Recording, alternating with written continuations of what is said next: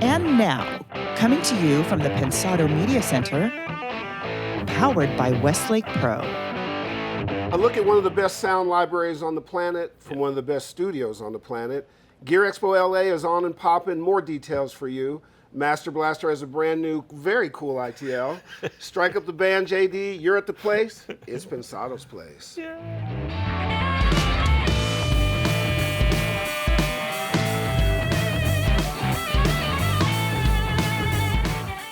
Hey guys, thanks for coming and hanging out with us. We got a really cool show. Herbert, how's your week? It was nuts. Good stuff going on. Live event slate happening. You know, so many things. We got our big curriculum launch coming up, and A lot of cool stuff. cool stuff. You've been pretty busy too. Yeah, but you know, Fab Factory's close. very close. Right? Yeah, yeah. We can't talk about it yet, can we? Shall we get busy and get going? All right, good deal. Hey family, hope your week in audio was awesome and amazing. Thanks for your likes and subscribes. You guys are absolutely the best. That's the wind beneath our wings. Also best, that would be our partners. They are the Blackbird Academy, Vintage King, Audio Technica, Isotope, Avid, the Fab Factory, Aftermaster Recording Connection, and Studio 202 DC.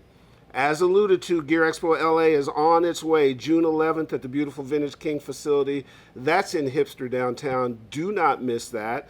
In the next couple of weeks, we will be announcing panelists, but if my early calls are any indicators, we're going to have a bunch of really badass audio heroes front and center for you. Gear Expo is our outdoor audio block party, so you don't want to miss it. Panels, prizes, the Vintage King showroom, career opportunities, gear heaven, gear petting zoos, all kinds of stuff, both indoors and outdoors. And you know what's funny is somebody in DC, I'm putting Cap Jam together, and they said that, and I said, I'm going to use that. I owe you publishing. So What's so sad is it makes sense to me. complete. Yeah. That's why we used it. Yeah. Right? So, gear petting zoos, you absolutely want to be there. And as you know, what Dave and I like to really make sure happens is that you get time to personally mix and mingle with your audio heroes. So I'm telling you, we will have an incredible lineup of folks, and you want to go there. How do you get there? Go to thegearexpo.com for all the info you need to know. Enter now to register and come holler at us, come take a picture of Dave and I want to meet each and every one of you. Be there. Another place we're going to be, remember, May 20th, Dave and I are in Nashville. We're down at the awesome Blackbird Academy teaching. Dave will take half the day, I'll take half the day. And remember, we're making that switch. And it was going to be May 13th, it's now May 20th because of Vanderbilt's graduation, and we couldn't get hotel rooms. So we're looking forward to seeing you all and looking forward to some hot chicken from Nashville. Correct, Chongor? Hattie B. Hattie B's, absolutely. Now, let's meet the hairy Hungarian who's both hopeful and harmful. He goes by the name of...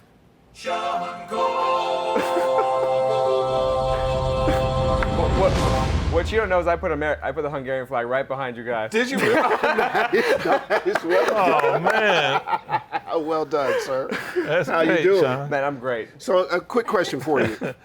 In your constituency, you're about a year out of college, right? Yep. You mix, you DJ, you do other kinds of things. Sound libraries, important to you? It's super important because you can't take, you're not going to be able to take a laptop on the plane and do a whole orchestra session, but you can take these libraries on the plane, make a full composition, and just keep working on it on the go. It's Because this week's guest monster. has about the best sound library. One of the best. Right, Yeah, he kind of pioneered the right. the genre, I guess is what you call it. Absolutely. So Nothing like those sample libraries. amazing, right? Yeah. All right, you got good questions for him? Really good questions. Good deal. Then we'll get back to you with that kind of stuff. And DP, as we alluded to earlier, you have a different kind of ITL for us, right? Yeah, I've got some unique VST secrets I want to share with you, and they can save you money. Cool. Roll it.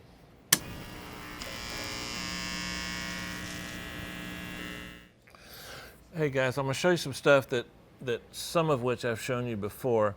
I get frustrated over a couple of problems that I run into daily, and I found some solutions that I want you to be aware of. I think they might help you save a little money and get some processing power back and do some other things I think you might find not just sonically useful, but creatively useful.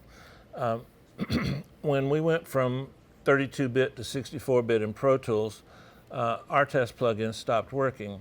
Now, I noticed that a lot of the plugins that I got from manufacturers, I got both an RTES version and a VST version. If you're fortunate enough to have a VST version, it's probably 32-bit, but there's a way to use that in Pro Tools. Now, Blue Cat makes a plugin called Patchwork. It's really good. And there's another plugin manufacturer called DDMF, and they make Meta plugin. Now, Meta plugin is my favorite for multiple reasons. It allows me to, I can have up to 5 plugins in any order I want, any volume I want, so I can store chains of plugins, which I find very useful a lot of times. And then also I can take a 32-bit VST plugin and use that now in Pro Tools 11 and Pro Tools 12, 64-bit formats. That's a godsend. Now, LFO Tool by Steve Duda is one that sometimes it's available, sometimes it's not. I had to talk to Steve about that and figure out why, but you can use that 32-bit or even 64-bit VST and run that in Pro Tools. Another one I use a lot is Nicky Romero's Sonic Academy Kick plugin. It's a drum synthesizer plugin, and it's really, really amazing. You can do things with that you just can't do with any other plugin. He also makes Kick Start, which is a cool way to get side chaining in a very unique way. I'm telling you these as just some I use. They're examples of why I'm going with this particular system.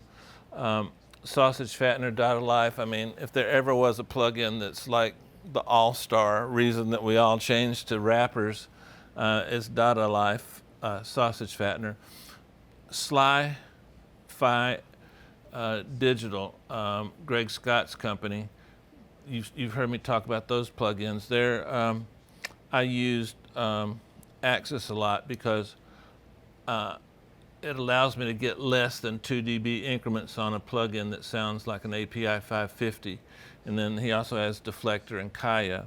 But really, one of the great benefits is if you've got a bunch of VST synthesizers and you're coming to Pro Tools from, say, Logic or Live, you can now use them with these wrappers, particularly with DDMF. So you're going to save a lot of money. You're going to use plugins you already have, but repurpose them.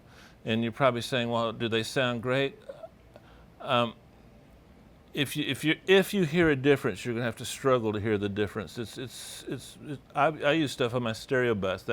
That's the most sacred spot in the mix, and I like it. So check it out. Let me know if you find some new things and some new techniques with this concept. The granddaddy and the biggie and the big elephant in the room is Echo Farm. And we've all been trying to find a way to get Echo Farm to work again. If there was a VST version of Echo Farm, which there wasn't, we could all be using it. So it's a cool technique, something you need to be aware of, and let me know how it works out for you.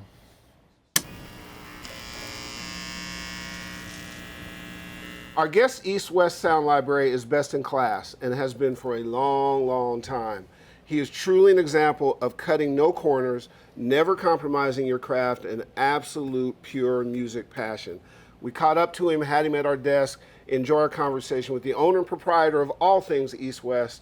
Please meet Doug Rogers. Hey, man. Thank you. How are you, man? Great. You can always hire me to do intros at weddings and other kinds of stuff. You're hired. I've been wanting to meet Doug for a long time. Fire away, sir. People don't understand when you first started, there was really nothing like this. So you had to almost invent the market for it, Steve Jobs style, you know? Talk about how you had trouble. I was looking for my CD, the orange kind of red one, because I bought it.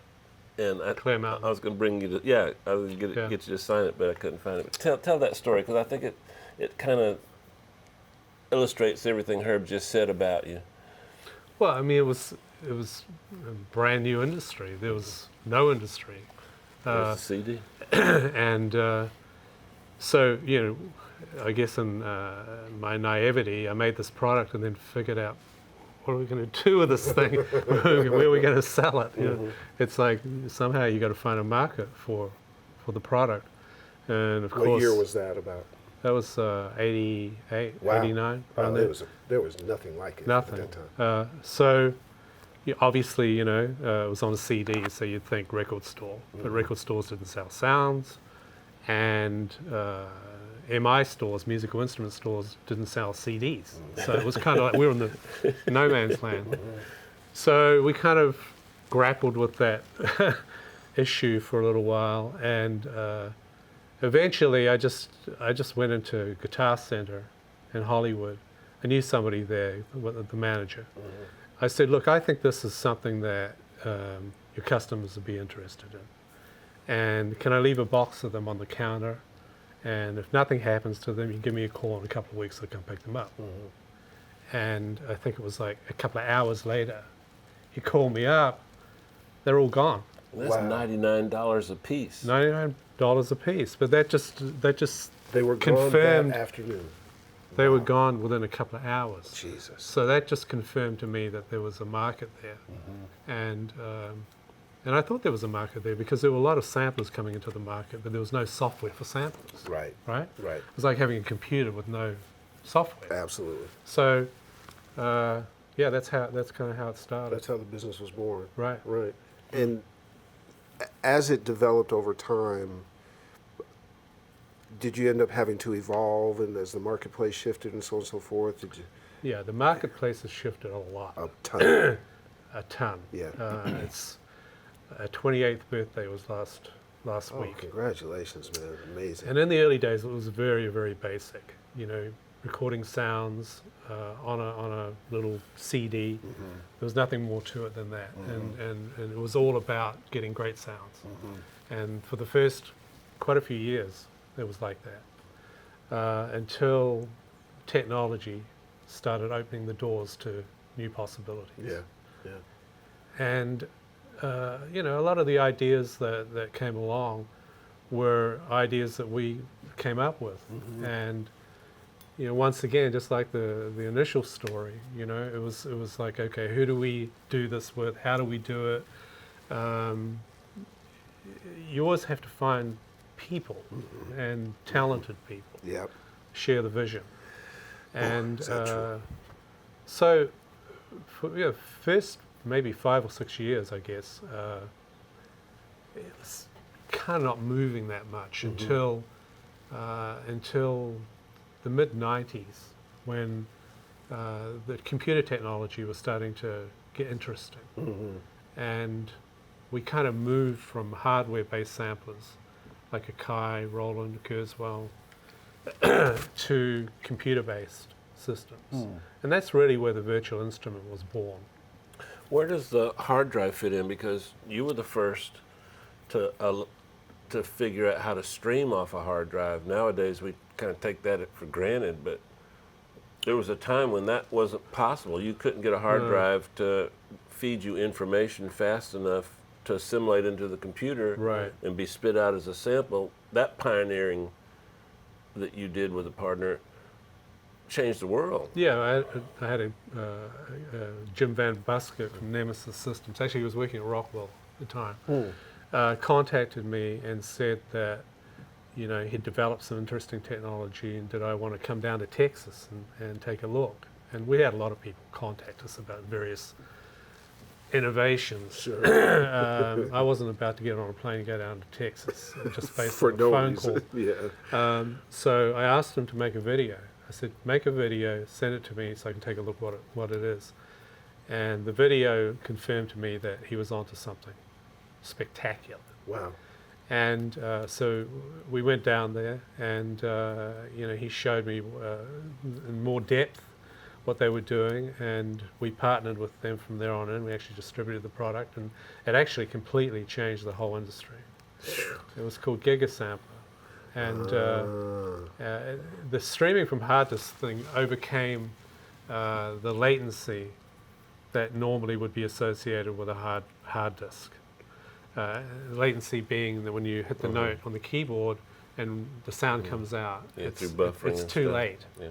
So the technology was just moving enough of the samples into RAM to overcome the latency.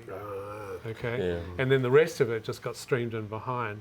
And what that did is, I think the product that we made before that technology came along was an Ultimate Piano, which was a 5-star awarded product, believe it or not.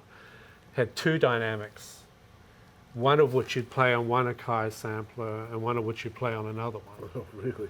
And that was the technology that we were dealing with at the time until streaming from hard disk came along. It completely just changed the game. People don't realize.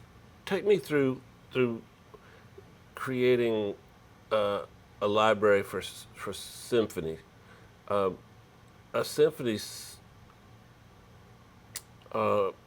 library from you can have 800,000, 900,000 individual samples. Yep. I mean, that's mind-boggling. I mean, Wow. I mean, you Watching mentioned paint dry sometimes. and that takes years, a year or so. Actually, we've done it twice. That's how insane we are. First time didn't take that long because we did it in a concert hall. We didn't have that kind of time. But the second time around, actually after we bought the studio, the very reason we bought the studio, The studio being EastWest. right, was to do the Hollywood series, and that was a 5-year project, start to finish. Was it really? Yeah. 5 years. 5 years. That has to be painstaking in its detail. Yeah, because of that was, we already had the #1 orchestral library in the market, Yeah. but we weren't happy with it, and we knew that we could do it better. So, we threw everything at that project. Do you remain your own brand standard? If you're not happy with it, it's got to get to the point where you're happy with it. Or It is a doesn't group of come people?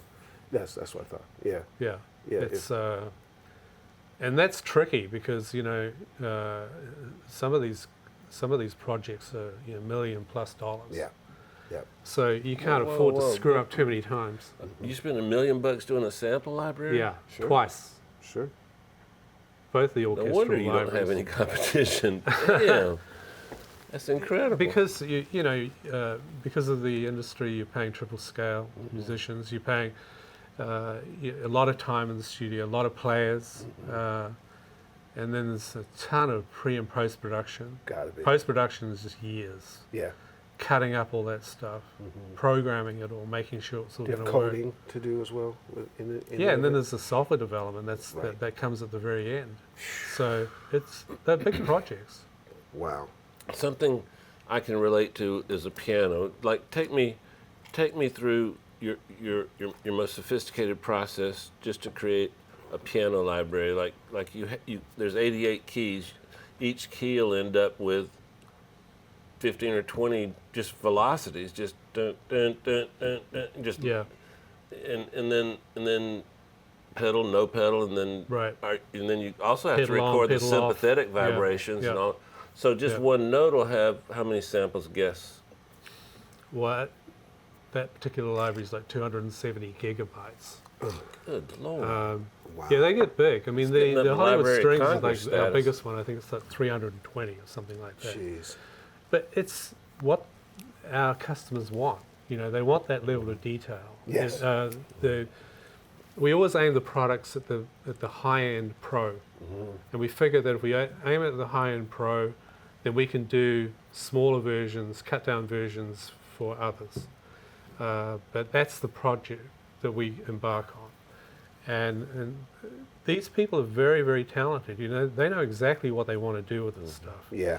and every year they place more demands on us in terms of, that was great. But- you think he could do this, Yeah. and you were kind of missing like this articulation, or this could be better. And it's just it's a process of learning as you go through and make each collection and try and make it better. When we had our preliminary discussion, one of the things I liked that I think we share DNA about is while you aim here, you never forget the customer that might be at home, or Right. or is the we don't even call them amateurs, we call them enthusiasts. Well, that's the biggest market, actually. Precisely, Right. precisely, and so Yeah. you got to be able to tailor it, and they actually appreciate the fact that they get the value that is this high, but the application that lives where they live. Don't you think that's Yeah, part and of the magic? it's not even really kind of on a demographic level. It's more to do with the equipment that they might own Precisely, and what they can play back. precisely, You know. precisely. But I guess that what we're talking about kind of led to Composer Cloud and the subscription model that gives the average guy access to everything you make at an affordable price. Right. To me, it was a no-brainer. I mean, it already happened in the music business with Spotify, Apple Music, and I could see the same. Adobe had done it in the graphics world. Quite well, as a matter of Right. fact. So we had a lot more difficulties because we have a lot more data to deal with.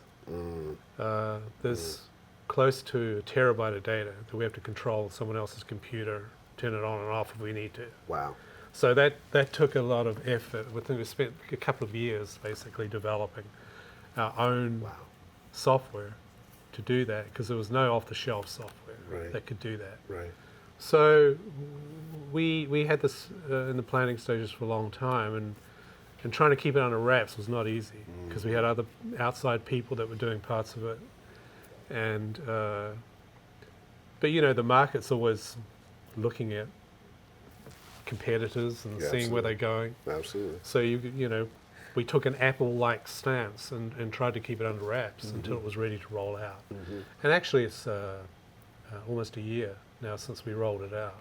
It's doing well, isn't it? It's doing great, and it did exactly what you said. It brought in a whole lot of people that hadn't bothered with us for 28 years. Right. Right. Because they wanted it, but they couldn't afford it or couldn't justify the expense. And this gave them full access for about, you know, going to Starbucks. One of the fun parts of where we live is the very same technology that will allow you to create product and so on and so forth. You can take that technology and then market that product and apply marketing dynamics to reaching, you know, we're having a conversation we would have in the studio, and because we're talking about techno and digital stuff, but we get to do it through cameras and send it to a lot of people and get a response back. You had this brilliant vision back in the late 80s, and then all of a sudden the technology and subscription and streaming and all that kind of stuff, and you made the shift, and it becomes the gateway for people to absorb things. And I tell people we're in an industrial revolution that's never going to stop. Never going to stop. And we have a lot of ideas that we've been precluded from bringing to market simply because we're still not there yet in terms of computing power. There's a lot of ideas that we would love to build into the products, but we're still not there yet. You know, probably within a few years we'll be there. Competitors beware. Look out. This is a question, Doug, this is a question just for me, so if you guys want to grab something to drink right now. When I first heard construction loops in that process, this was in the early 90s, when everything was about loops, and the techniques that you gave us was we could speed up, slow down loops without degrading the quality, without affecting the pitch of it, and all that kind of stuff. Did that go by the wayside? I didn't see it on the website. I mean, is it still? I guess there's a bit of a resurgent need for that. I mean, we felt like we'd done it.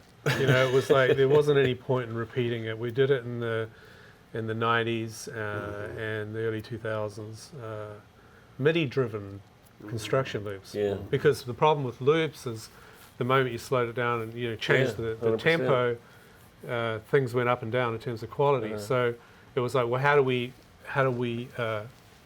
you know, keep it pristine in terms of quality, but still give the tempo change. Right. And so we used MIDI-driven loops, so you could change just the MIDI timing and not the actual components of the So then loop. technically it wouldn't have been a loop, it would have been individual components They that were formed the individual loop. components. Oh, okay. Yeah. Okay. Yeah. I get it now. And obviously playing them all at once Yeah. gave you the complete loop. But the good thing about that is it enabled musicians to customize the loops. They could take stuff out, they could add stuff in, and make it more, so everyone's not using the same loop. So it had a lot more usability. But then we became more of a kind of instrument creator, where one thing we don't do a lot of nowadays is loops, because we make instruments for musicians that can play. And they interest us more. We're trying to keep the musician alive. Thank God. Because Because there's a lot of producers that play with loops and samples and all the rest of it. They're not really musicians, in my opinion. They're producers. Yeah, And absolutely. I'm not putting anybody down. Right, but it's That's a different whole skill different set. thing altogether. Completely. But what we make is we make tools for people that really know their stuff and know how to use this. Is there some AI creeping into your stuff now? Artificial intelligence? There's AI in it already. And it's got a long way to go. And that's what I'm talking about Oh, in we need terms of a lot of power for that. what can happen over the next 5 years. Do you think we'll ever see a day where I can pull up a cello and have a Yo-Yo Ma performance on that cello, and then have a slider so that I can get 80% me, 20% him? I mean, is that an area of growth, or is that? It's an area of convenience. Yeah, I got because all the time we talk to these people, these top composers, and they always have great input in terms of how to make the product better. Right. Yeah. And over, the one thing they tell us is that we don't want to start every time with an empty stage and no orchestra. If we've done stuff in the past of a certain style, we'd like to pull that up and use that as a starting point. So I guess that addresses what you're saying. It's a style. It's very, I mean, Kachev, is very similar to kind of your perspective now about mixes. You actually tell clients, you've actually sort of started the mix wherever they've left it. Give me that, and let me build from there and move forward. And it falls more in line with their vision, right? I like that. Yeah. Because a lot of the people that use our products, they have to pump out a lot of music. Yeah. Quickly. Like 20 minutes a week sometimes. That's a lot. That's a ton. I mean, people like House of Cards. I mean, he's 13 hours of, it's not all music, but there's a lot of music in there. Yeah. And so efficiency is extremely important. Huge. In terms of them actually meeting their output. And in specific, because so many different genres of, sort of areas of musicians use your stuff, film and television stuff, efficiency and cues and those kinds of things, the library must be huge in the film and television world. Yeah, I think our library is probably, number one in terms of the film, television, and games market. Really? Because that's what we focused on. Yeah. My production partner Nick Phoenix is an incredible composer. He's done well over 1,000 film trailers. So a lot of the products came out of his need. Him understanding it. Well, he needed something and couldn't find it. It wasn't there in the market, or it wasn't good enough. Yeah. Right? Yeah. And that's always the criteria that establishes a new product. We don't just go and make something because someone else made it. Right. It's got to come out of a need. Because we figure that if he needs it, other people need it. Absolutely. On your website, J.J. Abrams had a quote that, paraphrasing, the tools, meaning your products, are so good they'll actually inspire you. And I started thinking about that, and I thought, that's kind of cool. Then I thought, wow, what a great sentence. Those of us that create, the tools can destroy a moment, it can inhibit creativity, or it can enhance creativity. That's got to be a great compliment and a good feeling to think that your tools are good enough to where they can do that. Good compliment from Mr. Star Wars. To say the least. To say the least. To say the least. Absolutely. Isn't that always the case? I mean, if you're a violinist, you're going to get more inspiration out of playing a Stradivarius than some scratchy, nasty little violin. Completely. So the tools are, I think, part of the inspiration. Yeah. But I also 100%. think, I mean, you're having a room built. We've been in his house. We see the quality of what he does. I think that it says something about your personal standard, because oftentimes we're just answering ourselves what we would find is acceptable. I know when we had this opportunity, it was like, what would we do to make it just right for us with no compromise? We just don't want to have to compromise, because you can't do your best compromised. And I see that in what you do and believe and how you do your business. There's a Doug thing to it. We've never done anything. We've never ever compromised for the sake of money. Never. We Which find the always money. makes money. We find the money. Yeah. And if this is what we need to do, we go find the money. Yep. You know, so it's not the other way around. Oh, we've only got X amount, so that we can only do X amount. No. Never. It's never happened. Tell the audience what you went through for the Fab Four for the Beatles library. Well, you know, I've been a Beatles fan all my life. I mean, I think my fascination with sound came from them. And I think they were the first band that really started experimenting with interesting sounds in the studios. Once they stopped, and George Martin, rest in peace. Yeah, absolutely. So it just seemed incredible to me that they could come up with such interesting sounds. And the technology really didn't exist. I mean, nowadays everyone's got racks and racks of gear that they can almost do anything with. They had nothing. I mean, they had compressors, pretty much, and EQs, and that was it. You know, they were putting microphones and vases and all sorts of stuff to get vocal sounds and things like that. So I was very fascinated with that, and actually wanted to do the Fab Four project for a long time. But once I started thinking about it, I thought, well, if I don't get the original equipment that they used, I haven't got a snowball in hell of reproducing it. So that took well over a year finding it all, because it wasn't easy to find. EMI and the Infinite Wisdom had got rid of a lot of the tube stuff. You know, when Like the red console, there's only 9 made. they auctioned it all off. They more or less took it to the scrap heap. And so there was literally, you know, 2-3 of these left in the world, so we had to find them. And then the people that had them knew the value, so that was expensive. I think I spent... Well, just the red must have been $200,000. I spent probably over $250,000 just buying the gear. And then brought Ken Scott in to work with me on the project, because he knew a lot of what had happened. Yep. And I mean, it worked out. The project was very successful. One of our best sellers. It got a lot of awards. I think it does faithfully reproduce most of those sounds. And I sold most of the gear. So when the project was over, I sold most of it. I kept one piece, the J37. You don't look back and sort of languish in memories. You are constantly moving forward, is my sense. I mean, you have respect for what's been done, Yeah. and you want to build on it and move forward. Well, I look at it as a project, you know, and not as a lifetime commitment. Exactly. Right? Exactly. And so you put together what you need for the project, and once the project's done, you move on. Keep moving. Yeah. Absolutely. Absolutely. Chongor, let's see what you have over in the corner office. This one's from Ross Palmer. When you're creating a sample library, what are some unforeseen obstacles that even an experienced engineer might not realize? That's a broad question. Well, you know, the engineering aspect of it is completely different to making a record. You know, we're not looking at making great music. We're looking at making great instruments. So the mindset is completely different. Obviously, we're looking at some of the same things. You know, the noise floor, that everything's functioning properly, that the gear's producing what we want it to produce. But I also bring in people. Like if I feel like the project could benefit from some real expertise, I have no problem bringing in people. You know, it's interesting.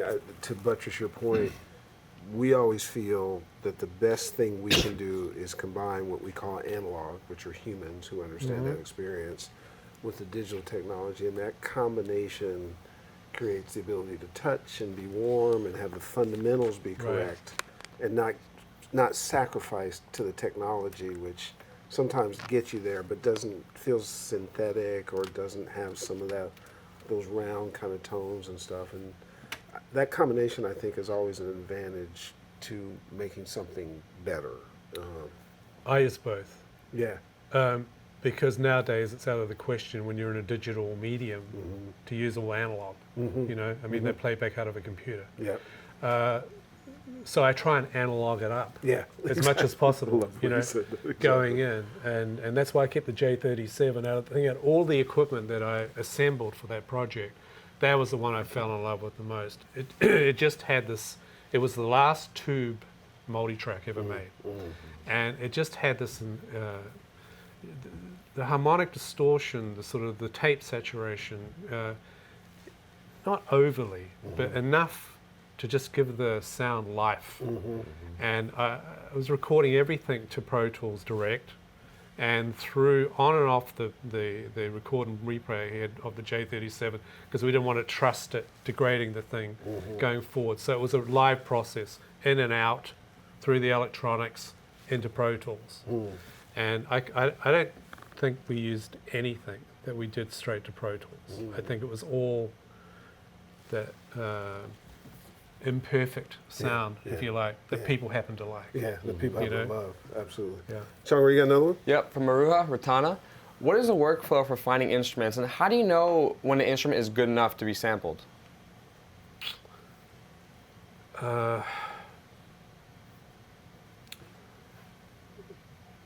We absolutely insist on using the best instruments, because there's no way that you can produce anything that is even acceptable to a pro if you don't. So that's a prerequisite, and that actually comes usually with the players that we hire. They bring their equipment, and they don't use second-class instruments Ever. So that part is kind of built in, and then the rest of it is just us trying to capture it. That's the tricky part. How germane is Bill Putnam's legacy and what he left you sonically at EastWest? How important is that to the process of your libraries? A lot, not just to us, but to all the incredible music that's been created in there since he built that studio in the 60s. If anyone wants to go to eastweststudio.com and just have a look at the list, it'll blow your mind. Okay? Yeah. Frightening. However, we didn't want to rest on the laurels of the past, you know, and you know, I'm really happy that since in the last 4 years we've got 73 Grammy nominations out of that studio, which is unheard of. No one's done that before. Let's just take a moment and sort of put your head around that. 73 Grammy nominations in the last 4 years. Yeah. Let alone, and you know, we recently had Candace Stewart on, and we had Spike Stent on. Well, a lot of it's to do because of her. I mean, she brings the artist into the studio. She's a beast. That create this amazing music, and that's the whole combination of the studio, the acoustics, the gear. We've got a lot of vintage gear. You guys, that's more than one a month. And her management is responsible for all of that. Well, I was going to say that the moment you walk in the doors of EastWest, there's a transformation into an ecosystem that you know is about best in class, whatever it's going to be. It's a music factory. It is absolutely It really is. with no compromise. There's all sorts of stuff going on in there. I mean, we've got the software company in there. You know, we have rooms rented out to people like Spike Stent. You know. Yep. I mean, think about that for a second. That I can actually walk 20 feet from my room to his room and ask him about something, and he's just sitting there. And it's that kind of resource, you can't buy that kind of resource. Cannot buy it. You know? Cannot buy it. So it literally is a music factory. And I've known Candace for like 30 odd years. She was a no-brainer in terms of who I needed to manage the place. And that's how you end up with that many Grammy nominations. Do you ever like wake up and have a vision of a Mellotron in your head and go, wow, we've gone from a Mellotron, which was probably the most advanced thing ever. It's just every key on the keyboard has a tape machine, and so if you want to emulate a vibe. Every time you hit a key, it plays a different tape, and they never worked right. They never stayed in tune, and they never was worked. out of tune. But that was the original. Ran out in 20 seconds, That was the original EastWest sample pack, pretty much. and from then to now, I mean, that's just mind-boggling. That's where it all started. And interestingly enough, I mean, the British Musicians Union tried to get them banned. Really? Yeah, because they thought that was going to take Take jobs away from orchestras, which I never believed, by the way, and I still don't believe it. I think if someone's got the budget to use a real orchestra in a studio, they're going to do that. Period. I agree. Yeah, I agree too. I was reading about how you did a French horn sample, and he would actually take a microphone and aim the speaker a little bit towards the floor to emulate the tilt of the horn hitting the floor, and he'd mic that, and then, I mean, just the detail that you use. But it's always in the details. People who care about stuff, it's always about that, and there is no detail that's not important. That's the way we approach the show. It feels like that's the way you approach your stuff. Otherwise, it doesn't sound good at the end of the day. It's going to suck. But can you imagine how many, and I'm being serious, can you imagine how many young Mozarts there are in parts of the world that can never see an orchestra, much less conduct one, and they can,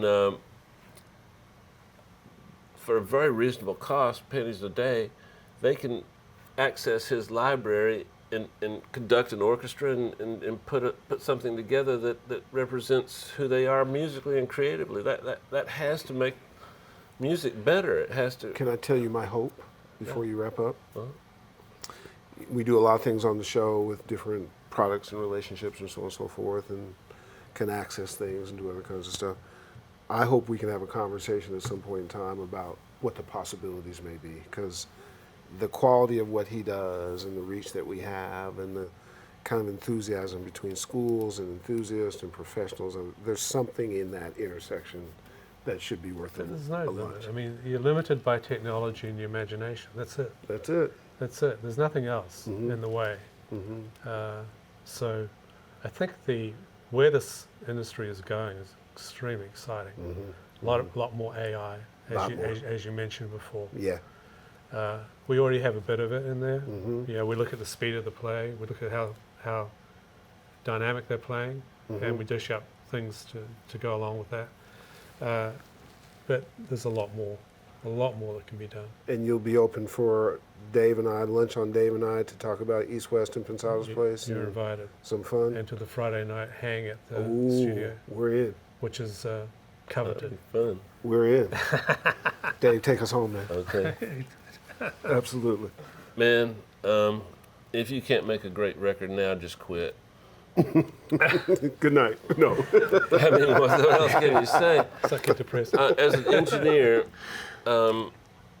I'm telling you guys, I sit in my control room and I'm like, wow, what could I have done if I had these tools last month, last year? It's just a wonderful time to be creative on any level. The technology with just the new iPad Pro and the pencil, what an artist can do, what a young kid in a third world country can do with his libraries. I mean, this age is made for dreamers. It's just the most incredible time ever to be alive. But don't compromise, right? No, don't. But don't compromise. I mean, take the tools. Remember that your passion and your inspiration and so on and so forth is the fulcrum. It's the foundation where it all comes from. Use the tools to enhance that. Don't make the use of the tools the goal. 100%. Get to that spot, and then you end up like Doug Rogers, or you end up lucky enough to have this show that you guys have made successful. The reason that Dave and I have on guests like this is it inspires us. Oh, yeah. I mean, we leave here on Tuesdays ready to go kill somebody after it's done. His mixing is much better. The way I think about things grows, and it gets inspired by having guests like this. We're lucky to have them. They're busy, don't have a bunch of time, so take this and learn from it. And Dave, say goodbye. We'll see you guys next week. See you.